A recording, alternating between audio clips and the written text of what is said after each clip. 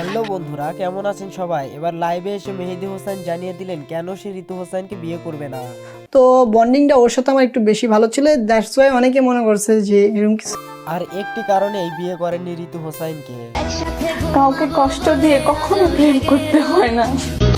তাহলে কি সেই কারণ তা জানতে পারবো আজকের এই ভিডিওর মাধ্যমে।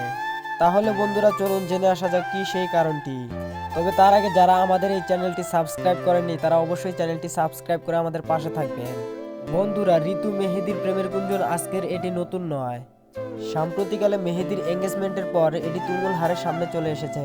সকলেই মনে করতেছেন যে মেহেদী হোসেন ঋতু হোসেনকে বড় ধরনের একটি ছ্যাঁকা দিয়েছে, কিন্তু মেহেদী জানালেন অন্য কথা। ঋতু হচ্ছে আমার খুবই ছোট আদরের একটা বোন, আর ও আমার থেকে অনেক বেশি ছোট। আর এই একটি কারণে মেহেদী হোসেন ঋতু হোসেনকে বিয়ে করেননি, আর তাদের মধ্যে প্রেমের কোনো সম্পর্কই ছিল না। সো বন্ধুরা, ঋতু হোসেন এবং ওয়াসিম খানের মধ্যে কে বেশি সুন্দর তা অবশ্যই কমেন্ট বক্সে জানিয়ে দিবেন। ভালো থাকবেন, সুস্থ থাকবেন, দেখা হবে আবার নতুন একটি ভিডিওতে।